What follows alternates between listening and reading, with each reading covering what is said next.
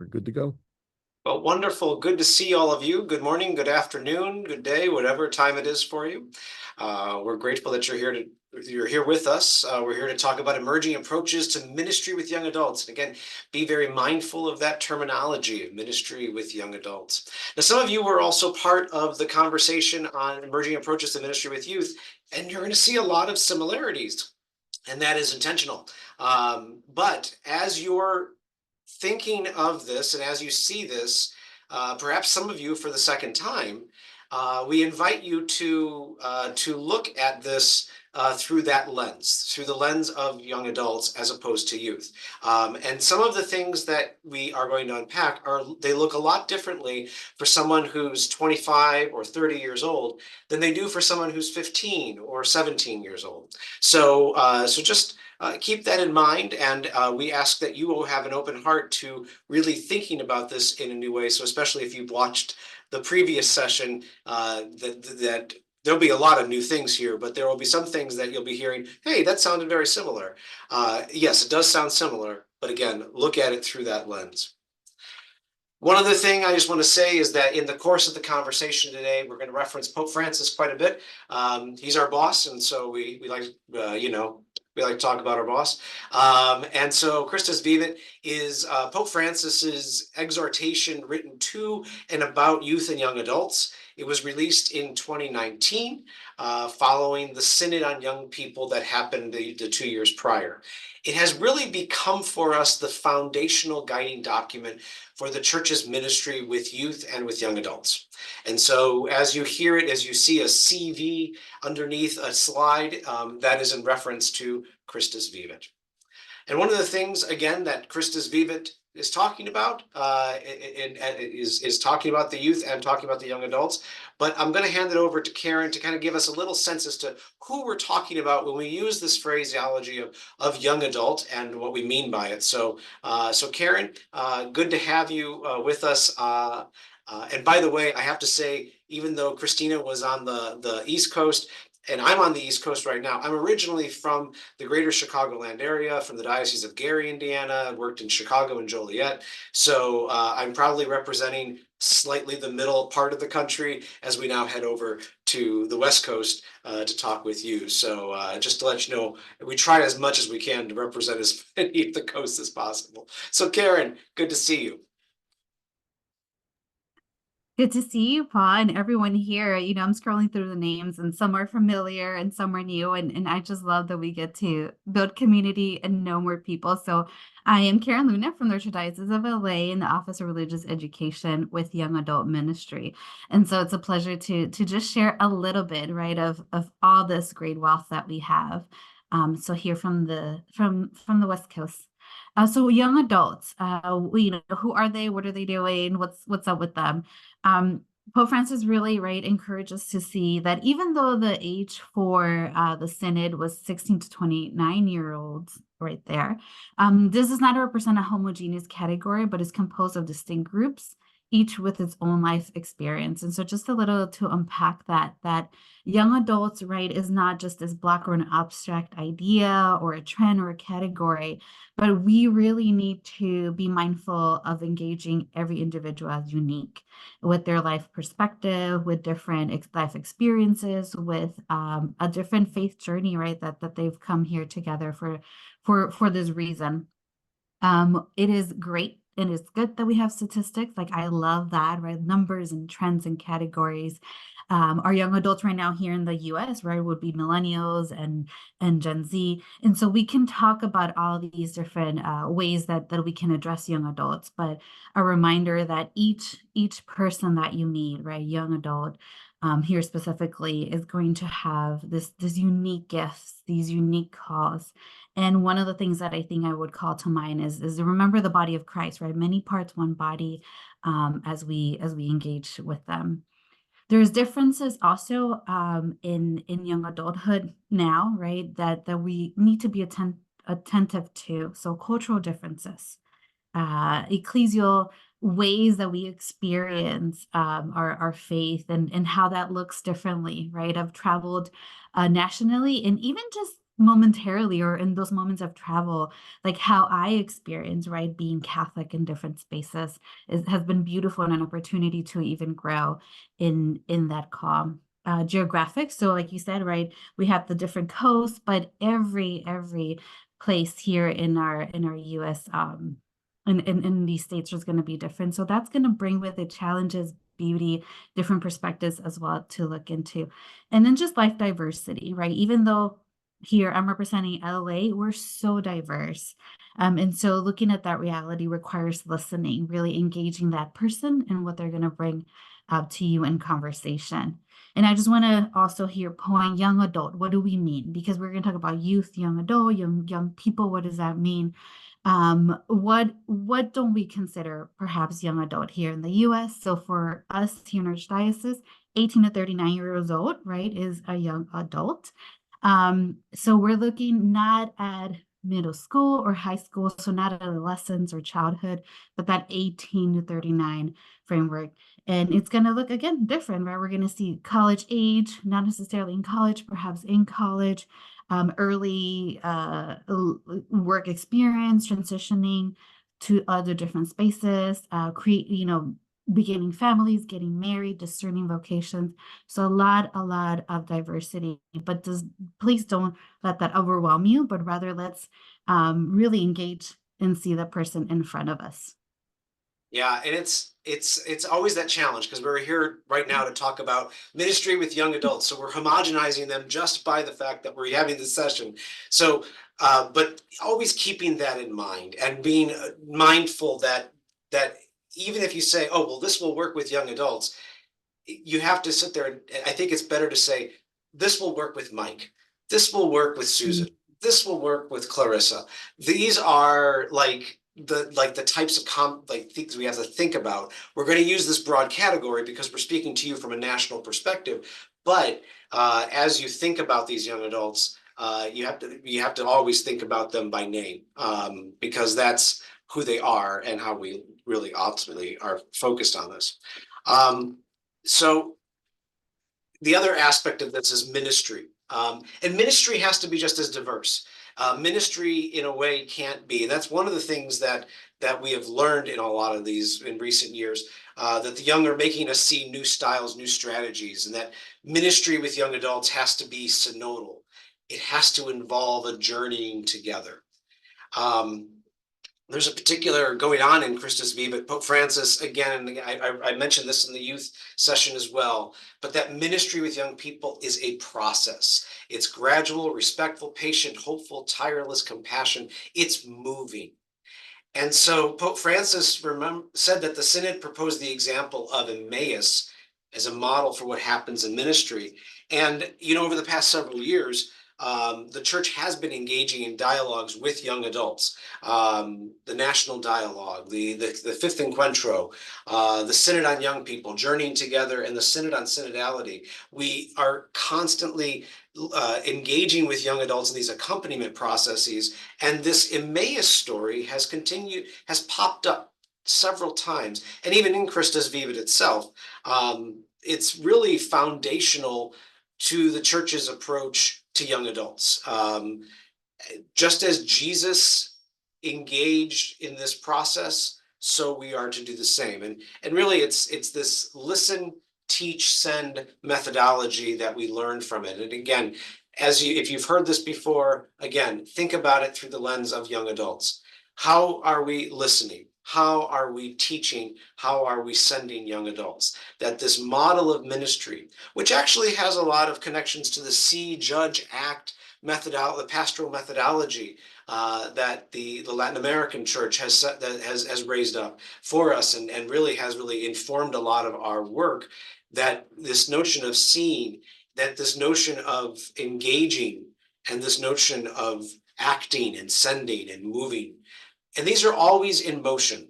And the US bishops are really looking, and we've seen how these processes have unfolded, and it really has revealed to us an emerging approach to this ministry that is rooted in this. And as the bishops discern a national pastoral framework for ministries with youth and young adults, it is considering and discerning around this model. And so we wanted to share this model with you because it really seems to be an approach that we were really gleaning from the synodal experiences we've recently had. We begin with listening. And again, it's a reminder that we start with them, not us. We start with exploring what is in their reality. It begins in the family and it remains in the family. And even as young adults grow beyond their family life, or beyond their families of origin, the family still has an impact of that. It still continues to unfold. As you see these again, these are going deeper. What are some other words to think about it? So in listening, we're encountering young adults. We're going out of ourselves and going to and encountering them on the road wherever they're at. We're recognizing their hurts and their hopes, and again, we're not just going to talk about them, but we're going to talk with them. It's being fully present. It's providing an empathetic presence during life transitions. And that is one of the things that does unite, when Karen was talking about the diversity of all these different experiences, the one thing that does unite many young adults is the fact that this is a time of great and rapid transition in life. As a young person grows into adulthood with these rapid transitions that are happening simultaneously and successively, how are we fully present to them in those transitions? It's understanding and taking real interest in their lives and appreciating their uniqueness. It's not just listening to young adults so as to hear them. Oh, I've heard you, young adults. But rather, it's to say, I understand. Because again, if I am to walk with them like Jesus did along the path, I have to understand them. And then it involves healing. We have seen the synodal processes have revealed that many young adults are impacted by a lot of brokenness, that we have a mental health crisis that's on our hand. We have a brokenness in racial and cultural, strife that has happened over the years. There has been trust that has been lost.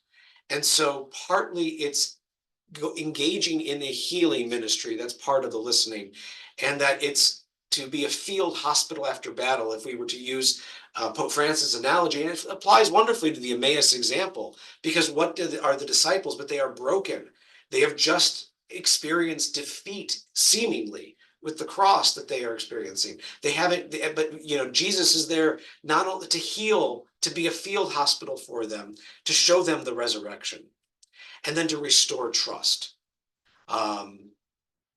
It's involving teaching, and again, teaching not in a sense of I know something that you don't, and so I'm here to just fill your head, but rather a teaching that begins with proclamation, and not just a proclamation of words, but also in personal witness.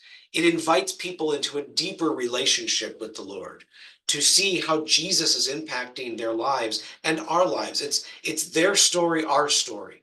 They share their story in the listening. And the first step in teaching is sharing our story with them, to share how Christ, how God has impacted our lives. That witness of the kerygma is essential as part of the teaching. It's also evangelizing catechesis. It's formation that's suited to where they are in their life. One would not engage in a formation program that you would do with youth for young adults. They are distinct, developmental stages, and so therefore an evangelizing catechesis has to be suited to the age in which they are in. It basically allows them to interpret their lives through that kerygma, so through that story, so that they can connect their story to the Lord's story by first hearing your story. So it's that kind of that work there. It's understanding across generations. It's seeing the uniqueness of every person and being attentive and selfless in our listening, and taking real interest in their lives and their perspectives, really understanding them for who they are, not just to be able to respond, but to understand. Oh, sorry, I jumped across to this was I jumped back to listening. I meant sorry. It's the next part is sharing the truth and love.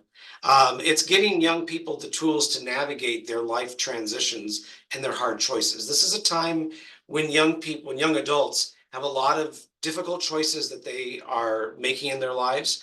They are navigating some transitions that involve a lot of uncertainty.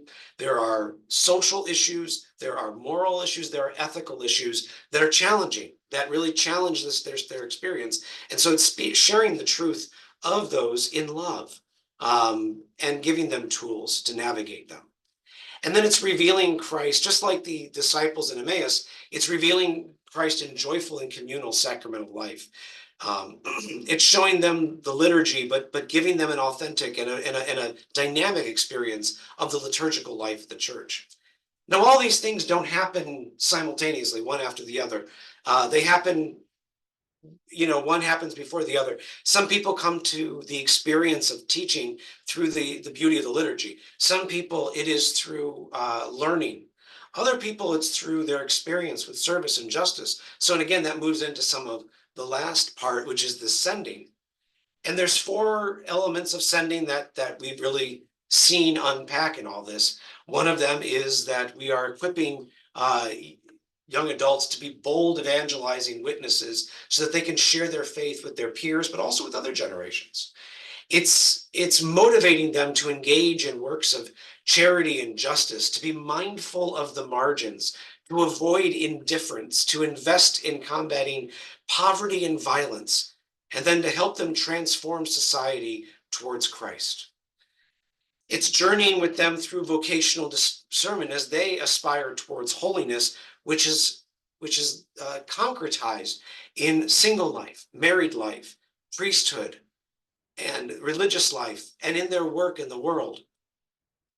And then, of course, this sending is inspiring and training them to be faithful protagonists now, as peer leaders and witnesses.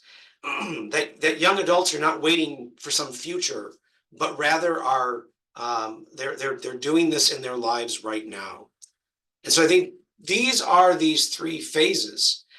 And so you see, this is kind of the theoretical we've kind of unpacked for you, but the theoretical is nice. We've got a wonderful example, but Karen is here to say, but Paul, give me the practical. How is this practically and realistically happening? So the question I have for Karen is, in your work with young adults in your archdiocese, but also in other things you've seen, how is this practically and realistically happening? And what are parishes already doing to listen, to teach, and to send young adults? But maybe what more can be done? What else are you seeing? So what are some of the growing edges? So I'm going to stop for a moment. But I also, I'm sure people have questions. And so before we dive into the practical, perhaps there's some clarifications that people might have. So if you do have that, please put them in the chat, and and we'll address that. So sorry, I didn't mean to jump over the Q&A part, but want to give people an opportunity. So so looking at some of the questions in the chat already, one person asked if USCCB is working on a new document to update, replace, renewing the vision, or even Sons and Daughters of the Light. And the answer to that is we are currently in that process, but it is not to replace, but rather to complement. The US bishops in the 1990s developed 2 very timeless documents on youth and young adults. What the bishops are currently discerning, now that we have Christus Vivit, now that we have some of these other resources, these processes, what more can be said? And so we are working on something. I think, how do we encounter young adults living a lifestyle that clashes with the church? Yeah, there is a lot that I think that's a good question. And Karen, maybe you can also help me a little bit with some of this as well. And then maybe before I get into that, there's another question that's in the chat. Is there a reason that we're avoiding using youth ministry and young adult ministry and instead using ministry with youth? It's not, this is actually a very distinction that we're making. One of it is that young adult ministry, when you see that phrase young adult ministry, it often conjures up a thing. It's often very static. It is it's a ministry. It's one of the things that we do. But a ministry with young adults is more active, it's more movement based. It also means that it's not just the young adult minister who does ministry with young adults. The pastor does ministry with young adults. The other parishioners do ministry with young adults. Families do ministry with young adults. It's more difficult to say that a pastor does young adult ministry, but a pastor definitely does ministry with young adults. So that distinction broadens the term and it makes it more of a movement process. So that's one of the reasons why we're making that distinction. It's not to say that those terms are wrong, but by making the distinction in our minds, we make that shift away from ministry being a thing and rather ministry being an action. And also that it's with the young people, not just to the young people too. That with question is very important. It speaks to the protagonism of youth and young adults. But Karen, any thoughts on that, or even on the how we encounter young adults with this clashing with different lifestyles? So maybe you can unpack a little bit for us. Yes, I can just share, a little bit here. So just beginning with, ministry and why are we saying young people and all that. So we are acknowledging, right, that it is a process. And I think in recent years, right, recent as you take it here in the church, in 5 years since Christus Vivid, really embracing this way of being synodal, of accompaniment, of listening, and the new directory that we got right in 2020 as well, again, not replacing what was, but enriching and kind of updating, opening windows, right, of what we have learned in these last years. And so it does shift that perspective, because where are you going to find young adults? Depending where you are, they're going to be everywhere around you, right? And so they may be in the grocery store, they may be in your parish, they may not be inside, they may be volunteering somewhere else. And so this ministry approach with young people, whether it is young adult or youth, really also taps into what our role as ministers, what our role as missionary disciples is, right? That we're called to evangelize whoever is around us. And so I think it is an important change, and a change that we'll see, as we continue. But it has, again, shift not only my perspective as diocesan direct a coordinator of a leader, but how do we approach ministry so that when we do consult in a parish, right, that we're all co-responsible for the well-being of our young adults, of our young people, of our adolescents. In terms of, I'm looking here, in terms of some of these, how do we encounter young adults that have a different lifestyle, right, or that are coming to us. I would say with Jesus' heart, right? And with mercy. And so our role in accompaniment with, again, is one of these buzzwords that we have, but it's really, really a beautiful way to think about our role as well as accompaniment. We accompany someone always towards Jesus, right? But in that process, we engage and encounter their reality. One of the biggest learnings I've had to do is someone told me, you're going to have to apologize for wounds perhaps you didn't do, but that's our role as a community, right? Healing as a community. And so we can ourselves as leaders be trained and really have many resources to look at these materials. We can ask for help from our diocesan offices, from the USCCB, to really engage in our learning so that we can be discernful and walk with our young adults that have questions, that want to seek, but perhaps don't know what or how to ask. And then I do see another question, or how do we get our parish priests, starting with our pastors, to be present for our youth, right, or our young people? Again, I think a lot of this goes back to like even the family motto and the listening, right? That how do we engage with sometimes we want the numbers and we want the big events and all the gatherings, but inviting them perhaps to, hey, come and listen, let's have a meal. Can you stay after mass and just say hi? Can we, right, get a group of gatherings, just like come and be present for anything. Liturgical seasons, again, right, a great opportunity of return, and also to be engaged. So a lot of, how do we start with that? Any other question, Paul, before, or do you want me to Yeah, continue just unpacking a segue little into it bit because I more? think I think you're already getting into some of those practical Yeah. things about what can parishes do to better listen to young adults, to teach them, how can parishioners help and provide opportunities for that witness, for charity, justice. I mean, in all of these things, like what are you seeing, um, and what can we learn from from what's kind of some emerging trends in all of this as well? Yeah, so perfect. So let me share a little bit, right? And again, I'm in LA, a lot of diversity. And so every parish and community is going to be different. Part of my work here in the diocese was part of the synod, right? The synod on synodality. And I think that has informed so much in the way I think about ministry as well, right? So no matter how involved you were, I think the synod offers us an opportunity to really look at it as an example for listening sessions, grounded in scripture and sharing from our hearts and questions, in really an intentional way of acknowledging the circumstance in the other. So I would say, in terms of listening, begin with that, right? Like, how are we practically listen?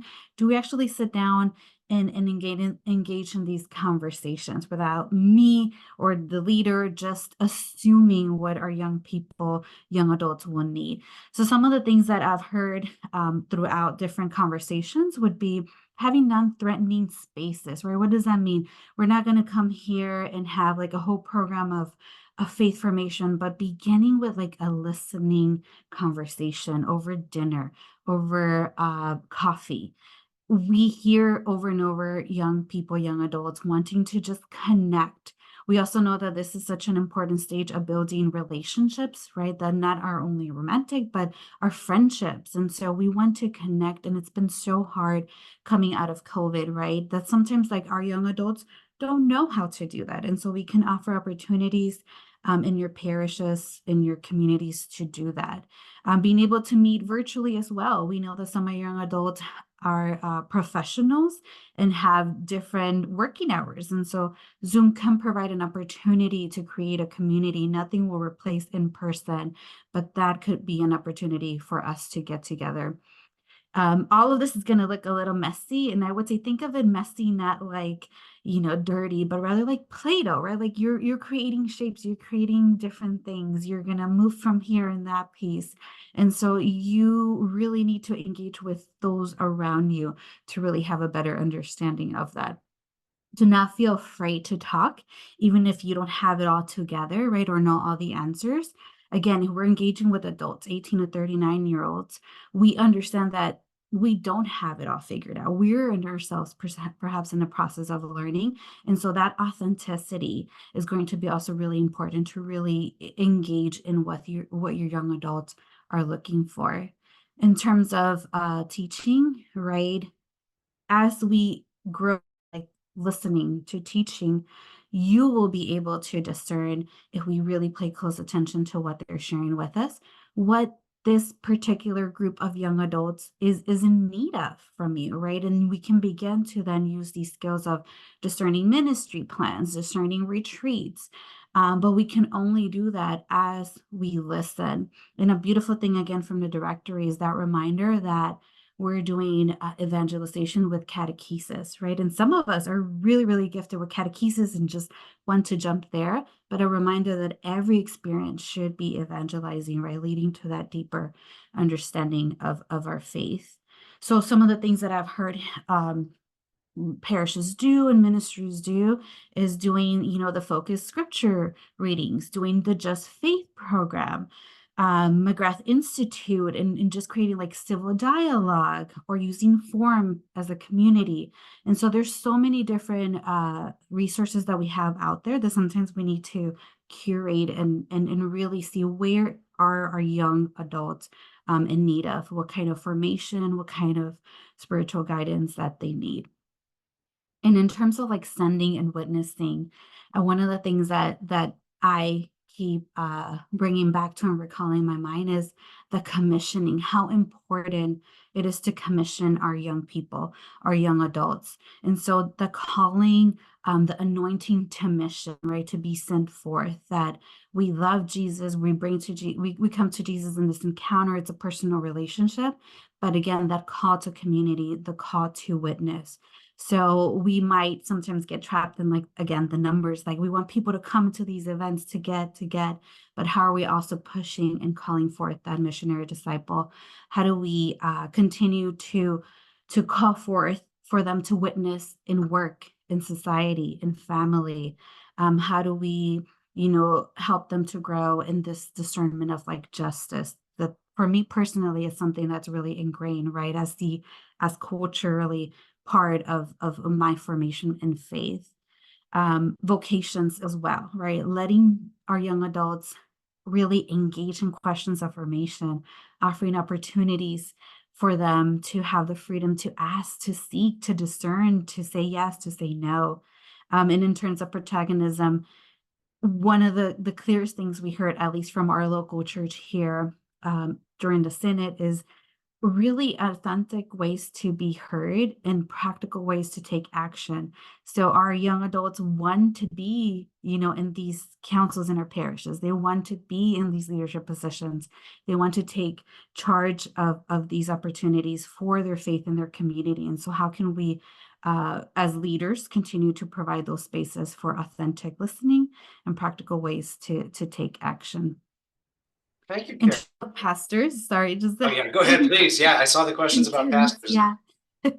In terms of pastors, right? That's always what we want to hear too. And I would say, again, from what we listen to, such a beauty of vocation that our pastors, our leaders are in charge of, and also, right, themselves are growing. And so how can we listen to our pastors' needs and dream with them what that parish vision is, right? How can we support what their vision is, and how can we incorporate whatever our ministries may be to really helping them, and that given opportunities, again, like I mentioned, right?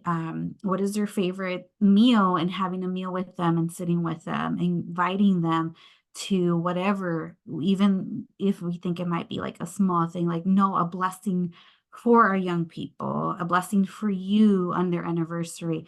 So just the different opportunities to create that encounter and listening to them as well. Yeah, and again, this is again why we're using ministry with young adults, because it involves more than just a designated volunteer or staff member at a parish, but actually it involves more of the community, and it gets them engaged, from the pastor to the usher to the families in the pews. There is something I know that many. Actually, one of the things that we've seen in a lot of this is the intergenerational aspect of ministry, that many young adults have a lot in common with some of our senior citizens. Um, both generations are, at the moment, are experiencing great loneliness. Mm. Young adults express loneliness in certain ways, seniors express it in other ways. But the common thread is that there is a loneliness. Empty nesters and a young adult in their is new to an area are going to have more in common than perhaps anyone else in the parish. And so building some bridges and those intergenerational things can really be helpful. I think there's this illusion that the only people who can lead a young adult outreach, who can engage with young adults or even youth, are young people themselves. And while there's a very valuable role to the witness that they provide, don't discard the sense of intergenerational ministry that seniors, that families can engage with. And again, this happens in the family. Again, ministry with young adults doesn't just happen at the church. I think that's another distinction, is that I think part of this new model is saying, and again, using Emmaus as kind of a tipping point, but Emmaus doesn't happen in the temple in Jerusalem. Emmaus doesn't, it happens on the road. It happens out there. It happens as they're walking in the wrong direction. Sometimes our ministry happens in the home, in those lived realities, and that is ministry with young adults. Even in the course of a whole month, the engagement with young adults doesn't happen in the property of the church. It's still ministry with young adults. If it's happening in the home, if it's happening in the workplace, if it's happening in those communities, it's still ministry. And I think that's why it broadens. When you say young adult ministry, it often is something. Young adult ministry is one of those things that needs a room reservation at your local parish. But a ministry with young adults goes beyond that. And I think that you're speaking to the fact that this happens and everyone is involved. And I think that's a beautiful thing about this. So there's a lot of questions that are continuing to come in, and we want those to certainly arise. But we're going to move into some small groups. We would like you to take some of the thoughts that you've heard here, and I'm sure that there, as you're thinking them through, you're thinking about two things. Well, you may be thinking about a lot of things, but two things that we would like you to consider is, what are the implications of this approach and these ideas in your local context with young adults? What are the implications? Like, if this happens, what then? And then what are some of the obstacles that you're going to face? And some of them have been maybe even named in some of the chat. And so what are some of those obstacles that you're going to need to navigate? So we're going to take 10 minutes to unpack this in small group. We'll come back. We may be able to, we have actually a little more time now that we can maybe even respond to some things that may have emerged, as well as questions in the chat, and then we'll close up and send you on your way. But why don't we take some time and unpack, again, implications and obstacles. What are some of those things? So, John, I'm going to pass it to you to help with some of the small group conversations. Again, just minutes to just see where we're at. People will be moving to small groups in a minute. Wonderful, thank you for that, and thank you, Karen, for unpacking some of what you're seeing in your work as well. So, yeah, thank you. I mean, we could for months, right? Just chatting and sharing. Yeah. All right, so your small groups are open, so please join those. And we'll be back here in about 10 minutes, where we'll kind of unpack some of the things that you're curious about.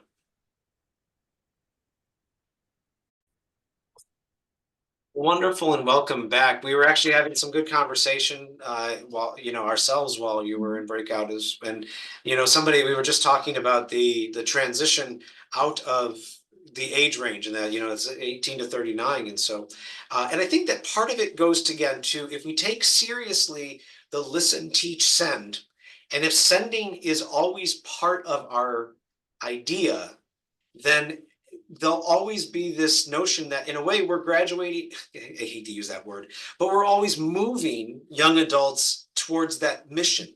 So, and if we think of, because if we have that mindset of the ministry being kind of, you come to us and stay here, instead of this being a movement into and out of, in the sense of mission, then yeah, it will be this case of, well, how do you get them out of the age group club?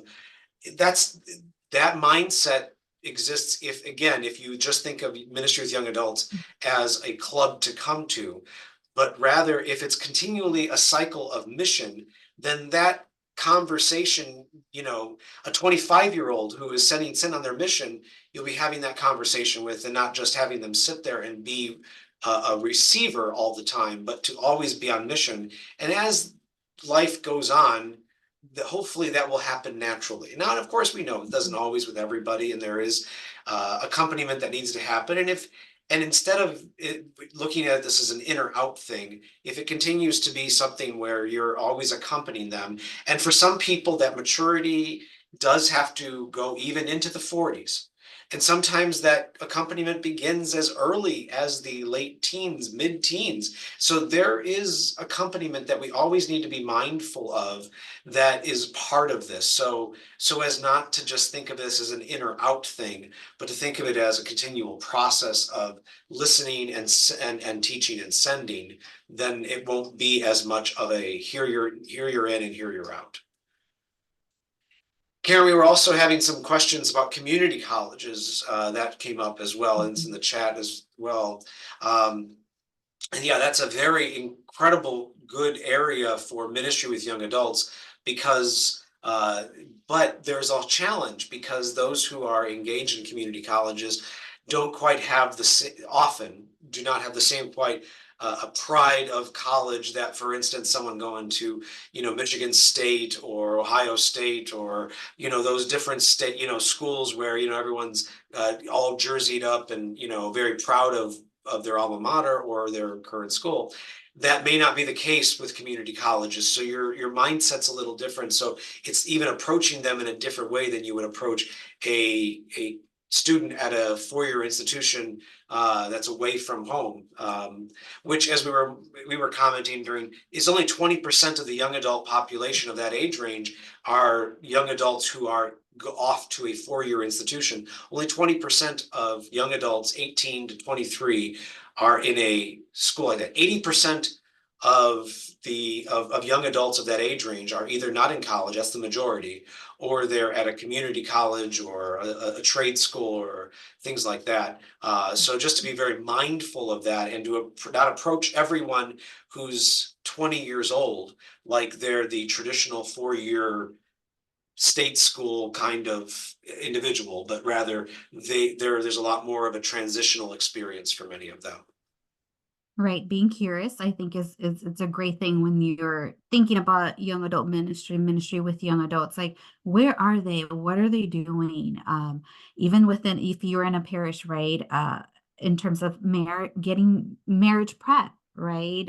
Sacramental prep, maybe bringing back their kids to be baptized. So where are these young adults, right? Or are they also, which is another thing that we're seeing more and more as I'm compiling some data here, is that your youth ministry, right, or ministry with youth or younger people, which are adolescents, and younger middle school age, are young adults themselves. So maybe instead of like giving them something to hear, you are young adults, right, already coordinating all these things, you do young adult ministry. It's like a conversation. Again, it begins with listening. How can we support them in their ministry if they're already committed, right? If they're already sharing their witness in these spaces, how can we support their continued journey as well? One of the other questions in the chat that I'd like to since our time is getting to an end, I think this is a very good question that Shannon asks. It sounds like it just can't be as parish staff member. How do we equip parishioners to minister to young adults? That's a great question. I'll take a stab and then we'll wrap it up. But one of the things that in engaging people beyond just a staff is, again, Karen mentioned this before about mentors. Are there older generation? We talk about the intergenerational aspect. Are there seniors who perhaps might be able to engage, who might be storytellers, who might be part of that community? Are there individuals in the community who are involved in other types of ministries in the parish that maybe can connect with them? So, for instance, if you're in music ministry at your parish, connecting with young people, young adults who are into music could be a way. I hate to say, but sometimes your most involved person at the parish may be the first people to start with, and to really get a culture of this. And this will take time, but really creating a culture that of mentorship can begin with those people who are involved in other ministries and sharing around their passions. Could be a way to do this. You could find, for instance, people on the parish council, the finance council, who are entrepreneurs or have financial experience or legal experience in the community. Perhaps engaging them and seeing if there might be other young, perhaps centering the ministry around them and saying, if there's anyone who has a professional experience in the community, are these 5 individuals, we've got a local legal person, a finance person, somebody in the medical profession, and maybe engaging them, and then they can then mentor younger people and centering stuff around them. So that could be a different way. Again, it'll be different strategies for different parishes. But yeah, definitely involving more people than just the staff member. Karen, any thoughts from your on that? I think too, just briefly, things I would say, if you can find anyone, we're talking about staff, but anyone in leadership to perhaps be that point, that bridge of connection to ministry with young people or just to young adults, it speaks volumes, right? Like, they're invested in young adults in this parish. And so even if it's a volunteer, how to create those bridges. And as we are, sharing with everyone else, who is a young adult who is a young adult, or where are they, just to have opportunities perhaps already in what you do to incorporate this perspective, right, of young people. So now in this webinar, you've heard about, those in teenage years and tweens and young adult years. And so can we begin to incorporate pieces of it so that we are better informed? that is our core responsibility for all of us. So as a closing thought for us, and a lot of these ideas, we kind of, this is one of the last messages we said at the last part of the webinar, which is patience. A lot of this will take time. A process, a journey does take a while. Anytime you're on any type of trip, it's always longer than you expected it to be sometimes, except when you're coming home from a very nice vacation, it's often very much shorter than you expected that travel to be. But oftentimes our journeys are much more complicated and take longer than we expected. The same thing is going to work in this as well. And so I think a lot of this is centered in having patience with ourselves, and doing things one at a time. I think will be very important. That was Pope Francis's last message in Christus Vivit, was have the patience to wait for us. And that is the same message, I think, that we would like to conclude this webinar on, is really have the patience with yourself and with the church in moving this along. That is part of that Emmaus journey that we hope that all of you will be part of in this. So thank you for having me and for being able to unpack some of these emerging approaches. Karen, thank you for your presence, and I'll pass it over to John to close us out. Thank you, NCCL, for your hospitality and for this conversation. Thank you for blessing us. It was great, Karen. Thank you. Paul, thank you for part 1 and part 2 doing both. This is one of our 3 times a year online conferences. And the one that we'll be doing in June with Tom Quinlan will be an online retreat experience. So it'll be a little bit something different. So if you have not seen the professional development courses, I just want to point your attention to the ones. There's one a month for the next 4 months. You can get more, just go to ncclcatholic.org to find out information. And yes, the videos and PowerPoint will be online on Monday morning. So thank you all for participating. Paul, Karen, thank you for being here. Bye, everybody. Thank you. God bless.